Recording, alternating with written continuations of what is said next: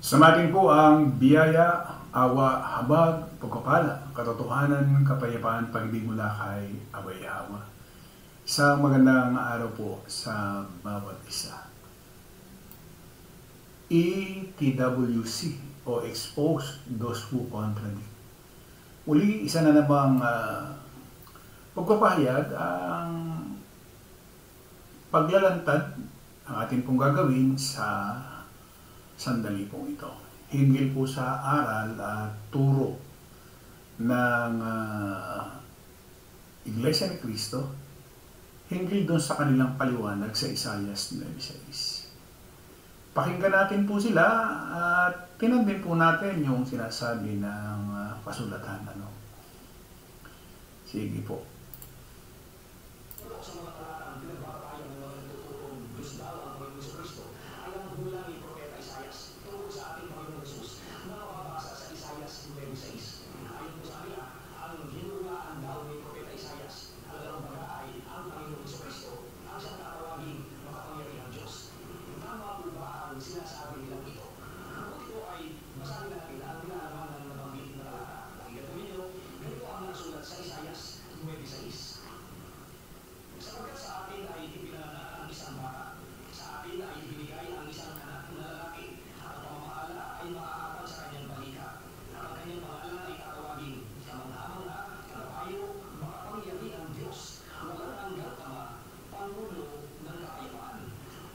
Mga kaibigan, sa talatang ito po natin binasa ay una kong sinasabi si Propeta Isaias na ang bata ang tatawaging Kamangha-mangha, Kalapayo, Makapangyarihang Diyos, Walang hanggang Ama, Pangulo ng Kapayapaan.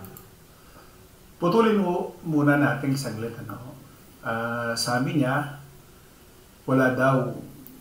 Tingnan ninyo. Walang hanggang Ama, Pangulo ng Kapayapaan. Mga kaibigan, sa talatang ito po natin binasa ay una kong sinasabi si Propeta Isaias na ang bata ang tatawaging Kamangha-mangha, Kalapayo. So, dun pa lamang makikita natin na nililiko nila yung sinasabi ng kasulatan. At pinaparatangan si Isaias na di umano ay wala daw sinasabi si Isaias. Ulitin ho natin. Talatang ito po natin binasa ay una kong sinasabi si Propeta Isaias na ang bata ang tatawaging Kamangha-mangha, Kalapayo. Na yung daw bata ay hindi tatawagin. Samantalang dyan, maliwanag ho, dito po sa ating binabasa o babasahin. Kasi nakalagay dyan, sapagkat sa atin ay pinanganak ang isang bata. Sa atin ay binigay ang isang anak na lalaki. At ang pamamahala ay maaatang sa kanyang balikat. Kanino? Doon sa bata.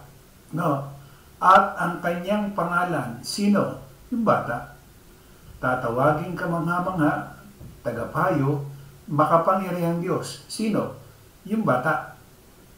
Walang hanggang Ama. Sino? Yung bata. Pangulo ng Kapayapaan. So, doon pa lamang makikita na natin na minamali nila kung ano yung sinasabi ng kasulatan. Sila yung nagbibigay ng sarili nilang opinion na wala naman pala talaga doon sa kasulatan. No? So, doon pa lamang makikita na natin na mali. Ngayon, ano ba ang ibig sabihin dyan? Hindi naman natin kailangan pang yan ho ay ulit-ulitin para lang patunayan. Kasi maliwanag naman na ang sinasaad ng kasulatan. Dadagdagan na lang natin ng kasulatan. Sa kasulatan na lang tayo magbabase para makita natin yung sinasabi ko dyan. So maliwanag na for unto us, son given. At sabi nga ho doon sa 2:7 ng awit, aking sasaysayin ang tungkol sa pasya. Sinabi ng Panginoon sa akin, ikaw ay aking anak, sa araw na ito ay pinanganak kita. So merong talagang ipinanganak ko. At alam naman natin yan doon sa John 3:16. Sapagkat gayon na lamang ang pagsinta ng Diyos sa sanlibutan, ibinigay niya kanyang bugtong na anak upang sino mang sa kanya'y sumampalataya ay huwag mapahamak, kundi magkaroon ng buhay na walang hanggan. No? Maliwanag ko yun, ha? Oh. Sabi nga ho doon sa Roma 6:23, sapagkat ang kabayaran ng kasalanan ay kamatayan, datapot ang kaloob na walang bayad ng Diyos ay buhay na walang hanggan. Kanino ho yun? Kay Kristo na Panginoon natin. So, inuna natin yung anak, para makita natin. Ngayon, ang sinasabi ho dyan ay, at ang pamamahala ay maatang sa kanyang balikat, at ang kanyang pangalan ay tatawaging kamangha-mangha, tagapayo, makapangyarihang Diyos, walang hanggang Ama. Pangulo ng kapayapaan. No? Base ho dyan sa ating binasa at base sa Isaias 22:22, ang nakalagay dyan ho ay, at ang katungkulan sa sangbahayan ni David ay iaatang ko sa kanyang balikat, at siya'y magbubukas at walang magsasara, at siya'y magsasara at walang magbubukas. Yan ho yung sinasabi niya. Nakalagay ho yan sa Isaias 9:4, sapagkat ang pamatok ng kanyang pasan at ang pinggan ng kanyang balikat, ang panghampas ng mamimigati sa kanya, ay iyong sinira na gaya ng karawan ng Madyan. Yung sinasabi niya na yun daw kanyang pangalan ay tatawagin kamangha-mangha. Tama naman ho yun. Walang pangalan na itinawag maliban doon kay Yahweh.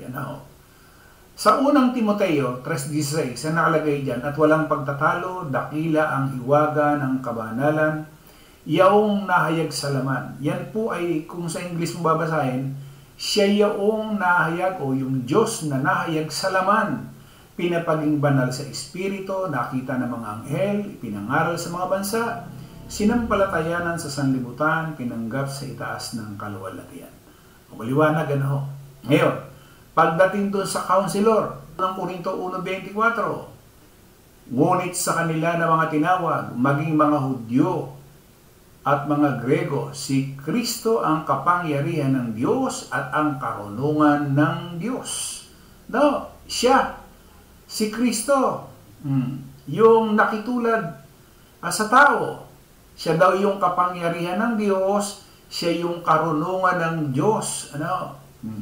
2:3 ng Kolosas, na siyang pinatataguan ng lahat ng mga kayamanan, ng karunungan at ng kaalaman.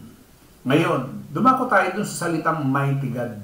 Na ayaw paniwalaan nung nagtatago yun, na yung ipinanganak ay makapangyarihang Diyos. Tito 2:13, nahintayin yung mapalad na pag-asa at pagpapakita ng kaluwalhatian ng ating dakilang Diyos at tagapagligtas na si Yahweh, o yung Kristo, dakilang Diyos, tagapagligtas na si Yahweh. At dito sa Everlasting Father,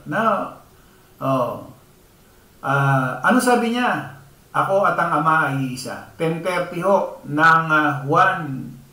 Hindi rin nila paniniwalaan yan. Kung yan ngang 9:6 ay binabaluktot, siyempre lalo yung 10:30 ng Juan. 49 ng Juan, sinabi sa kanya ni Yahweh, malao ng panahong ako'y inyong kasama at hindi mo ako nakikilala, Pilipi. Ang nakakita sa akin ay nakakita sa Ama. Paanong sinasabi mo, ipakita mo sa amin ang Ama. Siya ho yung everlasting Father. Kaya, siyempre, hindi naman paniniwalaan ng marami yan. Siya rin ho yung prinsipe ng kapayapaan. Efeso 2:14, sapagkat siya ang ating kapayapaan na kanyang pinag-isa ang dalawa at iginiba ang pader na nasa gitna ng nagpapahiwalay. So, kung ang paniniwala ng isang nangangaral, hindi yung anak na lalaki ang tatawaging kamangha-mangha, tagapayo, makapangyarihang Diyos, walang hanggang Ama, Pangulo ng Kapayapaan, ay binawasan nila ang kasulatan. Maliwanag po doon sa ating binasa, hindi na po natin binigyan ito ng paliwanag sapagkat maliwanag po naman ang kasulatan. Ang tawag o itatawag doon sa isang bata ay siya yung tatawagin kamangha-mangha, tagapayo, makapangyarihang Diyos, walang hanggang Ama, Pangulo ng Kapayapaan. Muli po, maraming salamat. EPWC o yung Expose Those Who Contradict. Maraming salamat. Isang magandang araw po sa ating lahat.